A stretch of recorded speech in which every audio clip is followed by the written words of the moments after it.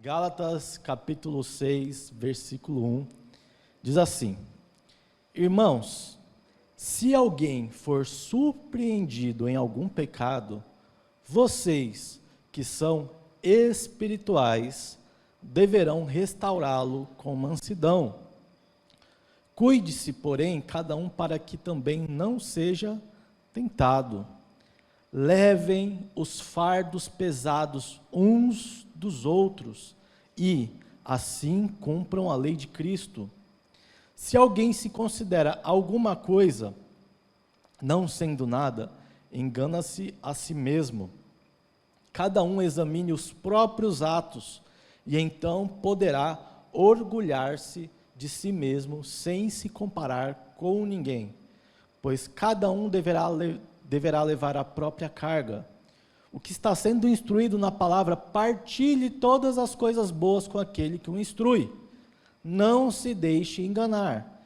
De Deus não se zomba, pois o que o homem semear, isso também colherá. Quem semeia para a sua carne, da carne colherá destruição.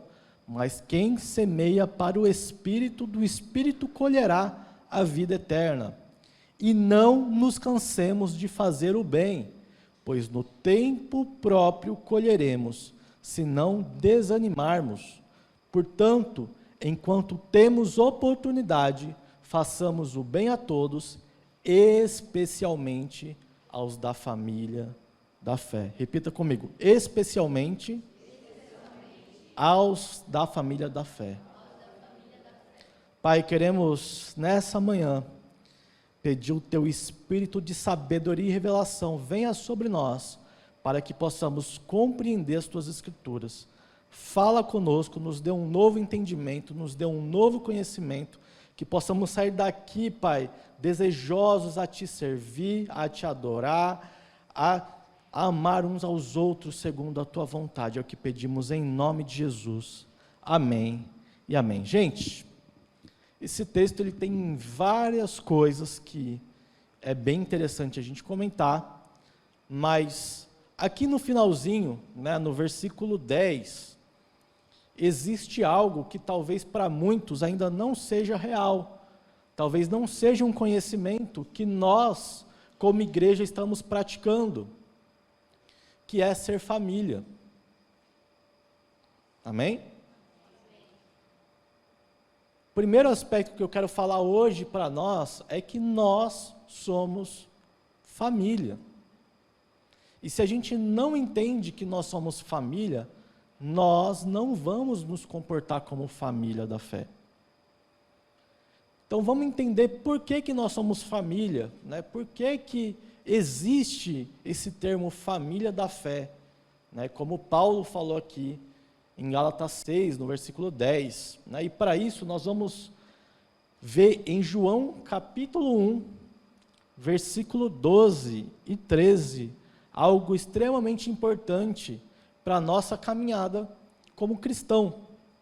Existe uma chave aqui que faz com que nós possamos ser da família de Deus. João capítulo 1, versículo 12, diz assim: Contudo, aos que o receberam quem? Jesus. Aos que creram no seu nome, em qual nome? Deu-lhes o direito de se tornarem netos de Deus, filhos de Deus, os quais não nasceram por descendência natural, nem pela vontade da carne, nem pela vontade de algum homem, mas nasceram de Deus. Quem é nascido de Deus? Se nós somos nascidos de Deus e somos filhos de Deus, logo somos irmãos, porque todos nós somos filhos de Deus. Amém? Vamos ver outro texto aqui para ver se é uma interpretação equivocada. Romanos capítulo 8, versículo 15. Romanos capítulo 8, versículo 15.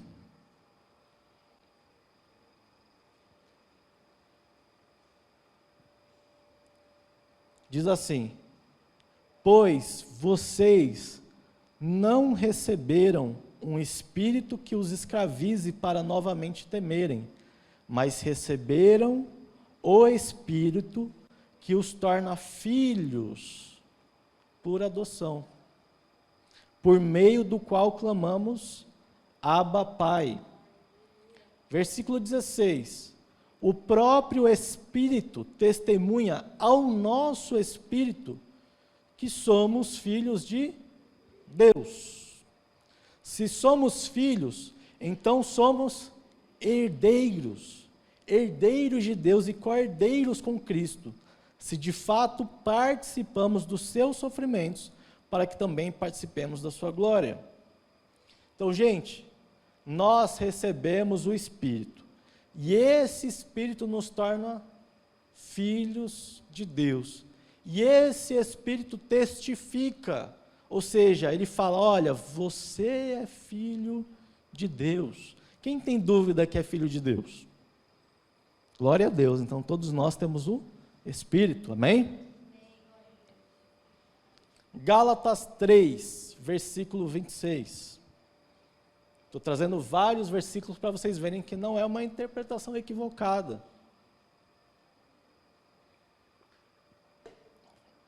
Diz assim: todos vocês são filhos de Deus, mediante a fé em Cristo Jesus. Pois os que em Cristo foram batizados, de Cristo se revestiram. Não há judeu nem grego, escravo nem livre, homem nem mulher, pois todos são um em Cristo Jesus. Se vocês são de Cristo, são descendência de Abraão e herdeiros segundo a promessa. Então lá no 26 fala, ó, todos vocês são filhos de Deus, mediante a fé. Quem tem a fé aqui? Quem tem a fé em Cristo Jesus? Então nós somos filhos de Deus, amém? Então em João 1, aos que receberam, aos que creram no seu nome, foi dado o direito de se tornarem filhos de Deus. Em Romanos 8, recebemos o Espírito que nos torna filhos por adoção. Esse Espírito testemunha ao nosso Espírito que nós somos filhos, amém? E em Gálatas 3, somos filhos de Deus, mediante a fé em Cristo Jesus. Então, se tem algo aqui que nós podemos dizer, é que nós somos filhos de Deus. E, gente, ser filho é bom. Vocês não acham que ser filho é bom? Ser o querido do papai, não é bom? É bom, ser filho é bom. Agora, se nós temos um pai, nós também temos irmãos. Amém? Será que nós temos irmãos ou é uma interpretação equivocada? Vamos lá para Efésios, capítulo 2, versículo 19. Vamos ver o que Paulo vai falar aqui. Efésios, capítulo 2, versículo 19. Portanto, vocês já não são estrangeiros nem forasteiros. A Lorena está rindo porque o meu pai gostava de falar forasteiro. Quem lembra, quem esteve com meu pai, vai lembrar que ele falava de forasteiro, né? Portanto, vocês já não são estrangeiros e nem forasteiros, mas concidadãos dos santos e membros da família de Deus, edificados sobre o fundamento dos apóstolos e dos profetas, tendo Jesus Cristo como pedra angular, no qual todo edifício é ajustado e cresce para tornar-se um santuário santo no Senhor.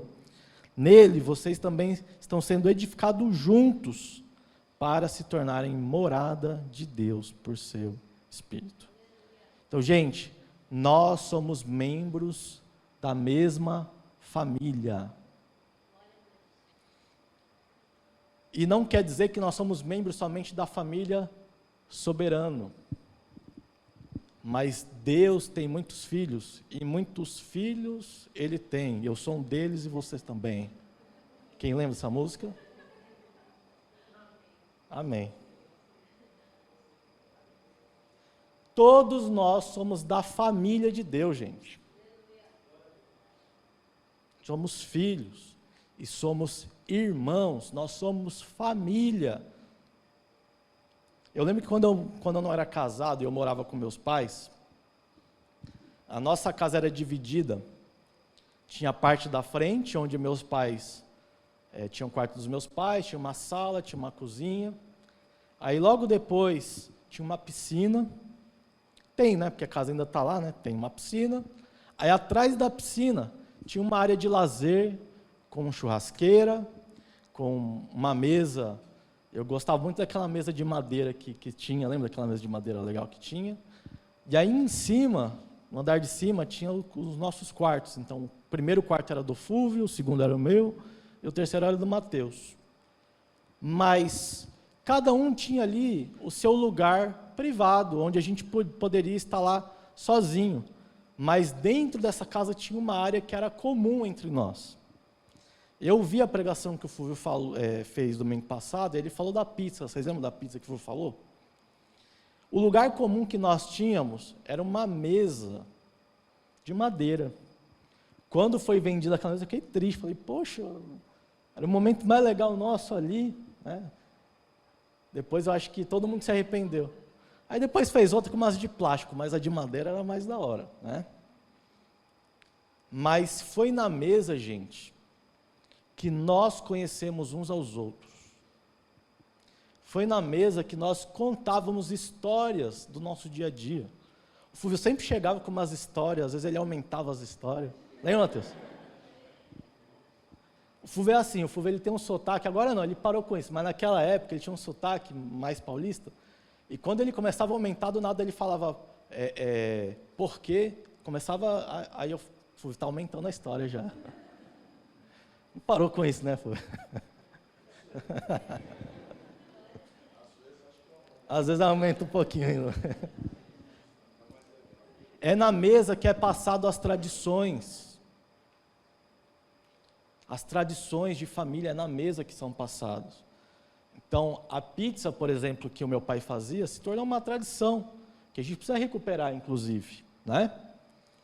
As correções e discussões que nós tínhamos lá, que eram construtivas, às vezes a gente brigava lá, lembra que brigava? Mas eram discussões construtivas. E eu tenho muito saudades daquela mesa. Era na mesa que a gente contava as nossas dificuldades, os problemas que a gente tinha no trabalho, na faculdade. Eu demorei uns 10 anos, gente, para concluir minha faculdade. Toda vez que a gente estava na mesa, meu pai, e a faculdade? Eu, rapaz. Pai, estamos indo, né? Falava, né? Era na mesa que nós ouvíamos bons conselhos. E era na mesa que mais falávamos sobre Jesus. Gente, eu não estou falando aqui que é para a gente, não pode mais se alimentar no sofá, não pode se alimentar no quarto. Não adianta todo mundo se alimentar na mesma mesa, mas não ter relacionamento. E às vezes a gente acha que só porque a gente está se alimentando junto, a gente está trocando o relacionamento. Muitas das vezes, a conversa é muito superficial. E a vontade do Senhor é que nós, como irmãos, nós possamos ter relacionamento uns com os outros.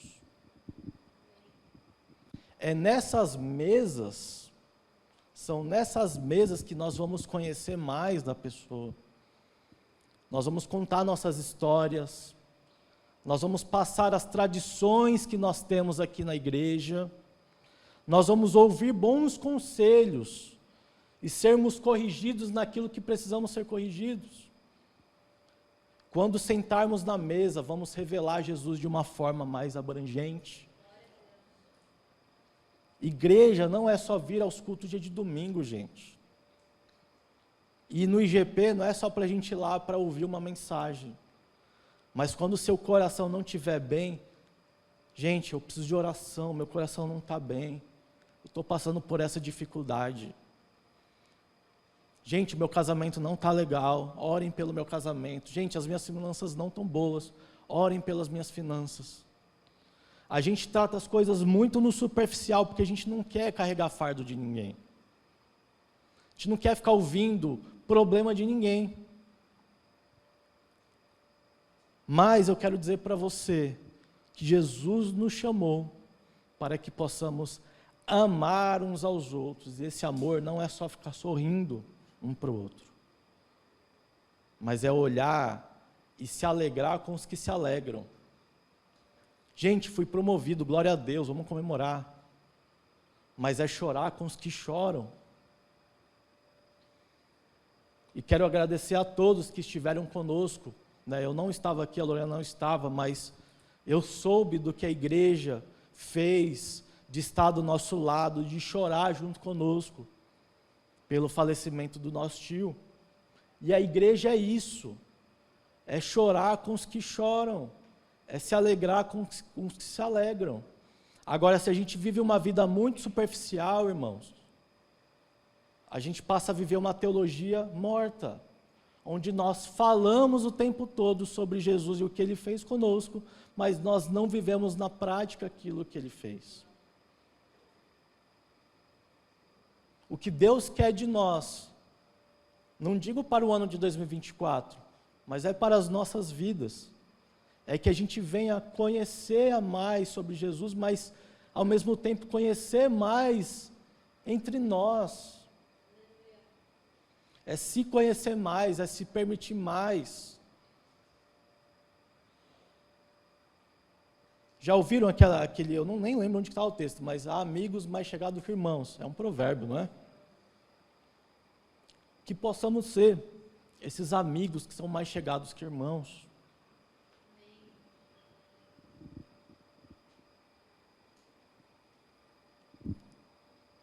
E é isso, irmãos, a gente, antes de começar com a nossa comunidade, a gente tem que começar a tratar isso dentro das nossas casas. Não adianta eu querer ter essa comunhão com os nossos irmãos, com vocês, se dentro da minha própria casa eu não tenho comunhão com a Lorena. Eu preciso ter essa comunhão com a Lorena. É legal quando a gente começa a confessar pecados. Eu e a Lorena, a gente chegou nessa intimidade de a gente conseguir confessar pecado um ao outro. E, gente, isso transforma. Porque o pecado, quando ele vem à tona, e a outra pessoa sabe, você começa a ficar constrangido. Não quero mais fazer porque essa pessoa sabe. Me descobriram. Revelar pecado é como se fosse a nossa nudez, vocês sabiam disso? Quando a gente tem intimidade com a nossa esposa, ao ponto de confessar pecados, a nossa esposa é quem mais conhece a gente, não é? Então, à medida que eu for cometendo esse pecado, ela fala, olha, você confessou para mim aquele dia. Estamos orando para Deus te libertar disso. Amém? Vocês acham que eu e a Lorena a gente não discute, que a gente não briga? Gente, a nossa viagem foi muito legal, a gente não discutiu nenhum dia, mas chegamos no aeroporto.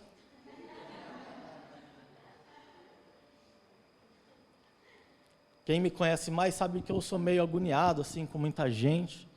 E aí tinha uma japonesa nos 320 km por hora, assim, pá, pá, pá, pá, pá, pá, pá. E eu estava vendo ela de lá, assim, ó, e ela começou a aproximar da gente, e a Lorena estava andando, e aí eu puxei a Lorena para perto de mim, para a japonesa passar, porque senão ela ia atropelar eu e a Lorena junto. E aí na hora que eu puxei a Lorena, ficou chateada comigo, porque eu puxei ela. E aí a gente começou a discutir lá na fila do raio-x. Eu e ela discutiu, passou o raio-x, falei, quer saber, eu estou indo embora, e fui embora, para pegar o mesmo avião que ela. Quer saber, eu vou embora. Aí fui embora, aí eu não sabia nem qual era o portão que a gente ia pegar lá o avião, aí depois vi o portão, aí cheguei lá no portão, ela estava lá, sentadinha já lá no banco, aí eu olhei, ou vou ficar aqui ou vou lá com ela, melhor ir lá com ela, né, aí ficar os dois brigados lá junto do que separado, né? Gente, a gente briga. Agora eu quero fazer uma pergunta, quando é que a gente vai começar a confessar aqui uns para os outros que a gente briga com nossas esposas? Que a gente briga com os nossos maridos? Quando é que a gente vai confessar uns aos outros que a gente tem algum tipo de problema? Quando é que a gente vai confessar que a gente não está conseguindo vencer algum tipo de pecado? Sabe o que acontece? Muitas das vezes o pecado é descoberto, não porque você foi lá e confessou, mas é porque alguém descobriu.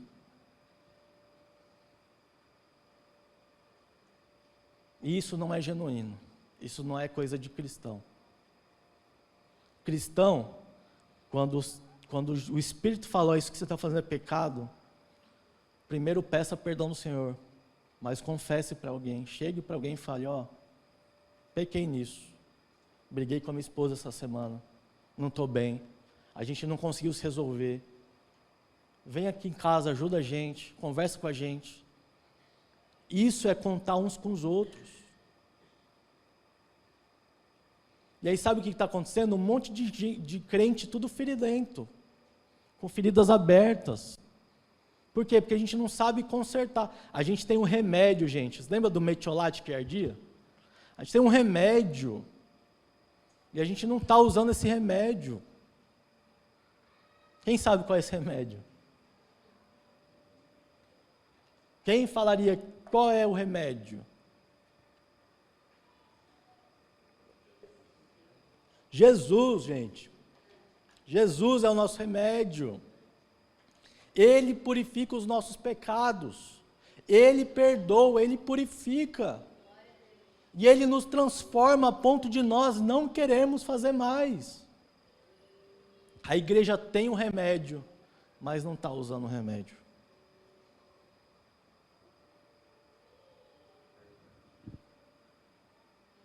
Agora vamos ver 3 pontos aqui importantíssimos sobre a comunhão.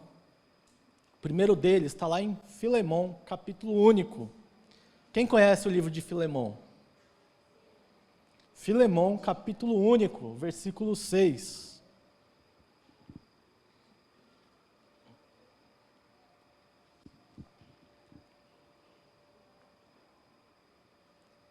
John já está ficando mais rápido, né, John? Oro para que a comunhão que procede da sua fé seja eficaz no pleno conhecimento de todo o bem que compartilhamos em Cristo. Gente, a comunhão visa o crescimento no pleno conhecimento de todo o bem que compartilhamos em Cristo. O que isso quer dizer? Que quando eu sou intencional na minha comunhão, quando eu tenho a intenção de ter a comunhão com o irmão Joel, essa comunhão precisa haver crescimento no pleno conhecimento de Jesus. Se eu não estou tendo esse tipo de comunhão com o irmão Joel, eu não estou tendo a comunhão que Jesus quer que nós tenhamos.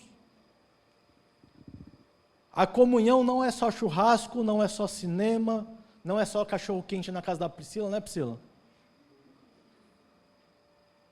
Se não haver um aspecto de conhecimento de Jesus Cristo, essa comunhão está falha.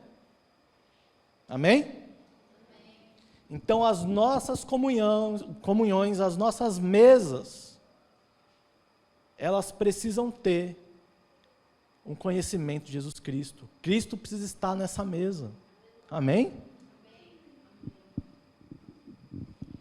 Segundo aspecto, Hebreus, capítulo 10, versículo 24.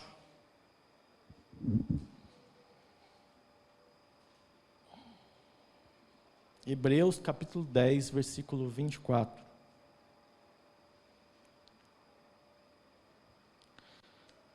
Diz assim: e consideremos uns aos outros. É para a gente considerar uns aos outros ou é para a gente desconsiderar? Considerar.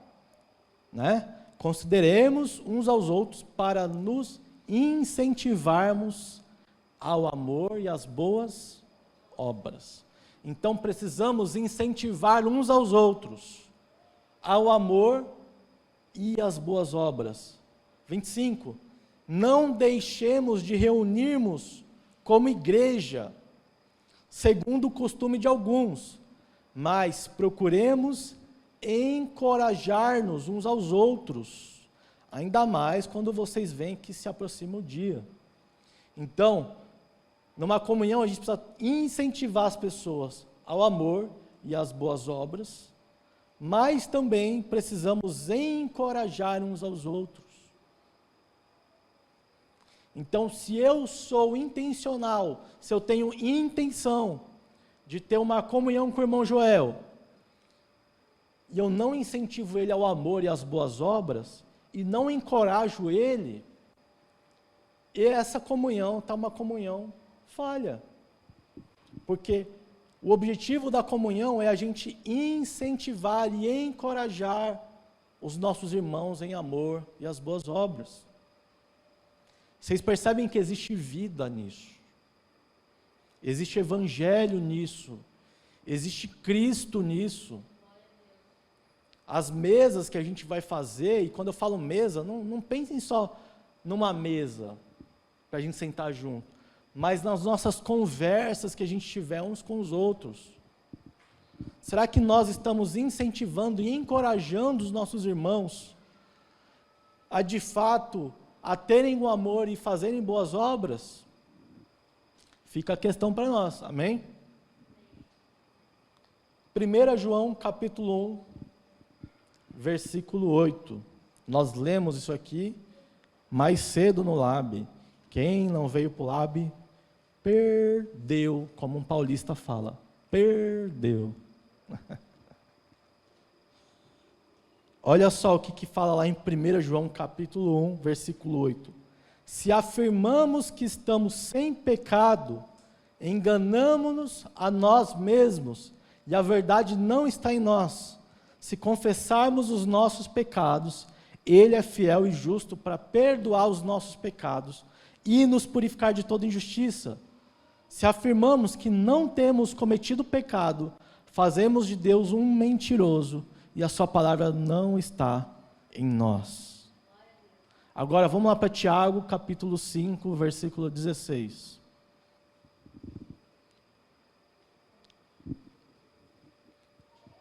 Tiago, capítulo 5, versículo 16. Portanto, confessem os seus pecados a Deus, é isso que está falando? Confessem os seus pecados uns aos outros e orem uns pelos outros para serem curados. A oração de um justo é poderosa e eficaz.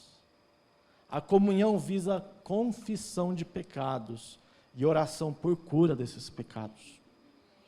Então, se eu sou intencional, se eu tenho a intenção de ter comunhão com o irmão Joel, e não confessar os meus pecados a ele, e ele orar por mim, não é uma comunhão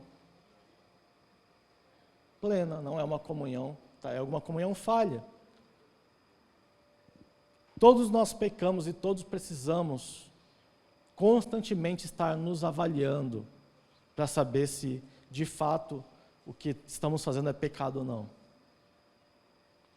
Então, vamos lá. A comunhão, primeiro, visa o crescimento no pleno conhecimento de todo o bem que compartilhamos em Cristo.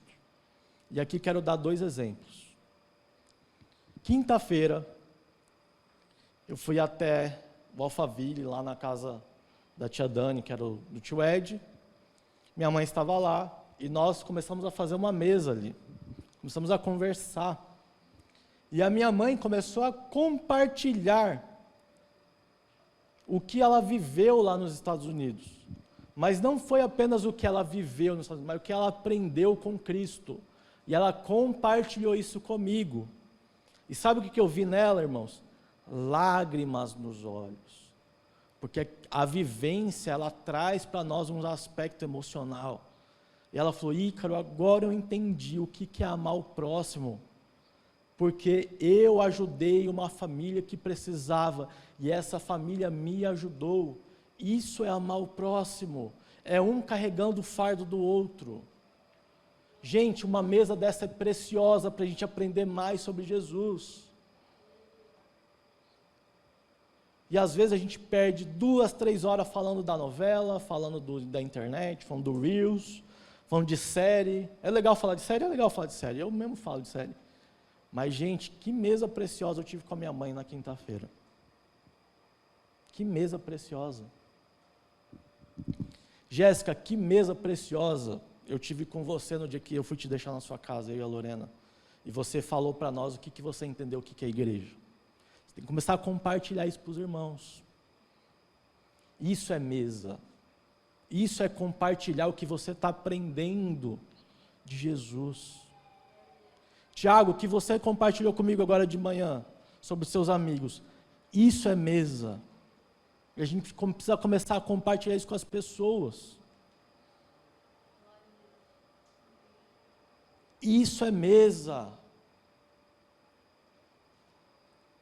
Segundo, a comunhão visa o encorajamento, incentivo ao amor e às boas obras. Cara, isso que você está fazendo aí, ó, mano, não está legal. Cara, ama a sua esposa. Mas, Ícaro, tu não conhece minha esposa é isso. Cara, ame sua esposa. Qual foi a última vez que você deu um chocolate para ela? A Lorena veio falando, o Ícaro, quando a gente namorava, via dando chocolate, agora já não me dá mais.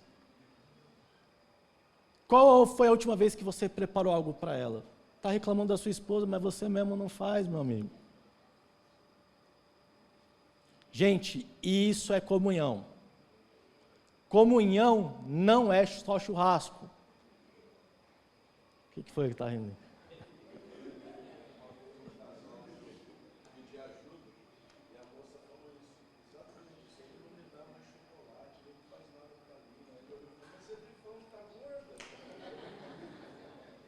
Você vê?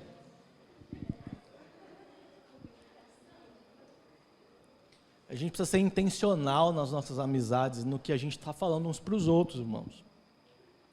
E terceiro, nem toda mesa a gente vai ficar confessando pecado. Não é em todos os momentos que a gente vai ficar confessando pecado, não é isso que eu estou dizendo. Mas, gente, se a gente caminha 10 anos e você nunca confessou um pecado, tem alguma coisa errada. Você sempre está bom, sempre está 100%, sempre está fazendo tudo direitinho, mas lá por trás está lá no Instagram, lá vendo as fotos das mulheres. Por trás está desonrando o marido, falando mal do marido por aí. Mas a vida está certinha. Precisamos confessar os pecados uns dos outros. Amém?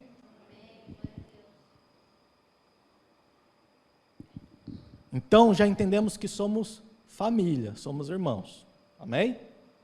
Segundo ponto, numa família sempre tem mesa. Precisamos compartilhar as coisas uns com os outros. Mas na mesa de Cristo tem pão e tem vinho. E o que é pão e vinho? Vamos entender. Lucas capítulo 22, versículo 19.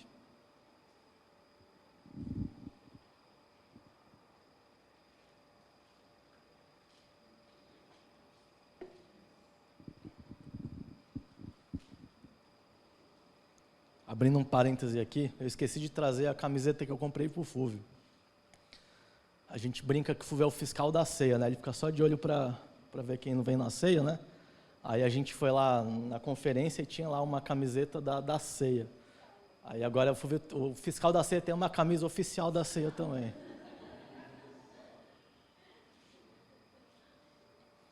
Eu esqueci, era para eu ia te dar agora, sabe? Eu esqueci, desculpa, depois eu te dou. Então vamos lá, Lucas capítulo 22, versículo 19, diz assim: tomando o pão, deu graças, partiu e deu aos discípulos, dizendo: isto é o meu corpo dado em favor de vocês. Na mesa de Cristo, na mesa dos filhos de Deus, tem pão. E o que é esse pão? É o corpo de Cristo que foi dado em favor de nós. E sabe o que isso representa? que uma parte do corpo de Cristo veio para mim, mas outra parte foi para o Fúvio, e outra parte foi para a Lorena, e outra parte foi para a Damares, e outra parte foi para cada um de nós. Então, quando nós nos juntamos à mesa e compartilhamos o pão, nós estamos revelando partes de Jesus Cristo. Coisas que só eu enxergo porque é uma parte que Jesus me deu, mas coisas que só o Fúvio enxerga porque foi uma parte que Jesus deu para ele. Quando nós não temos esse tipo de comunhão, o pão não é revelado para nós de uma forma inteira, somente o nosso pedacinho. Agora, quando nós temos mesa e compartilhamos a porção que Deus deu para nós, o pedacinho que Deus deu para nós, nós começamos a enxergar o Cristo como todo. E é isso que vai nos incentivar a crescer no conhecimento de Cristo. Amém? Vocês estão entendendo o que eu estou falando, gente? Ninguém é maior do que ninguém. Todo mundo tem o seu pedacinho do corpo de Cristo. Então, numa mesa, quando a gente senta, ninguém está maior do que ninguém. Todo mundo é igual. Amém? Só que na mesa de Jesus também tem vinho. E o que significa o vinho? Versículo 20. Da mesma forma, depois da ceia, tomou o cálice, dizendo: este cálice é a nova aliança no meu sangue. Sabe o que isso significa? Que todos que estão na mesa de Cristo e bebem o vinho, bebem o sangue, estão aliançados. E, gente, aliança não tem fim. Aliança é igual um casamento. Eu durmo junto com a Lorena, acordo com a Lorena, trabalho com a Lorena também, às vezes no mesmo dia. Às vezes ela não entende que a gente trabalha em casa e aí vem tirar umas graças comigo. É uma aliança que não acaba. E o que eu quero dizer para vocês é que nós, como família, estamos aliançados em Cristo juntos. Somos um corpo juntos e somos aliançados juntos. Então, se eu tenho aliança com Cristo e você tem aliança com Cristo, nós somos um. Que foi o que foi pregado aqui domingo passado, sobre a unidade. A família de Deus tem mesa, tem vinho, tem pão e tem relacionamento. Para a gente finalizar, vamos ler de novo o texto que a gente leu no início. Gálatas capítulo 6, versículo 1.